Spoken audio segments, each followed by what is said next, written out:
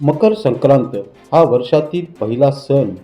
मकर संक्रांत हा सूर्याच्या उत्तरायण प्रवासाची सुरुवात दर्शविणारा अत्यंत शुभ सण मानला जातो. या दिवशी सूर्य मकर राशीत प्रवेश करतो, त्यामुळे या सणाला विशेष धार्मिक महत्त्व आहे. देवाला तिळाचे लाडू, गूळ आणि तिळगुळाचा नैवेद्य अर्पण करण्याची या दिवशी परंपरा आहे. पूजेनंतर एकमेकांना तिळगुळ देत तिळगुळ घ्या गोड गोड बोला असे म्हणण्याची प्रथा आहे. तिळगुळ घ्या गोड गोड बोला या म्हणण्यामधून आपल्यातील नातेसंबंधाची कटुता दूर करण्याचा हा सण मानला जातो. नव्या वर्षात सुरुवातीलाच येणारा हा पहिला सण असल्याने आणि विशेषतः महिला वर्गामध्ये या सणाचे विशेष महत्त्व असल्याने, सौभाग्याशी संबंधित हा सण असल्याने महिला वर्गामध्ये प्रचंड उत्साह दिसून येतो. मकर संक्रांतीच्या निमित्ताने बाजारपेठेमध्येही मोठी गर्दी झाल्याचे दिसून येते.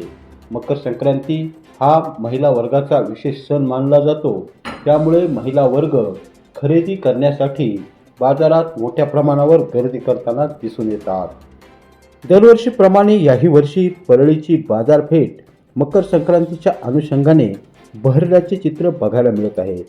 मकर संक्रांती सणाला आवश्यक असणाऱ्या वाणाच्या विविध साहित्याची दुकाने, त्याचबरोबर वाण लुटण्यासाठीच्या साहित्याची वेगवेगळ्या प्रकारची दुकाने, हळदी कुंकू, विविध प्रकारच्या रांगोळ्या, तिळगुळाचे वेगवेगळे प्रकार, हलव्याचे पदार्थ आदी विविध साहित्यांनी दुकाने सजल्याचे दिसून येत आहे. त्याचबरोबर या बाजारपेठेमध्ये महिलांनी खरेदीसाठी मोठी गर्दी केली असून वाण लुटण्यासाठीच्या वस्तूंनीही बाजारपेठ बहरल्याचे दिसून येत आहे. गेल्या 4 दिवसापासून परळीच्या बाजारपेठेमध्ये स्वतंत्र मकर संक्रांतीचीच बाजारपेठ निर्माण झाली आहे. या ठिकाणी वेगवेगळे हातगाडे लागले असून या ठिकाणी महिलांनी खरेदीसाठी गर्दी केल्याचे दिसून येत आहे.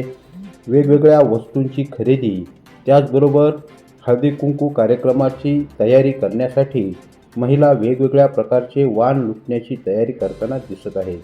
मकर संक्रांतीच्या योगावर एकादशीही एकत्र आल्याने फराळाचे पदार्थही या बाजारपेठेमध्ये उपलब्ध असल्याचे दिसून येते.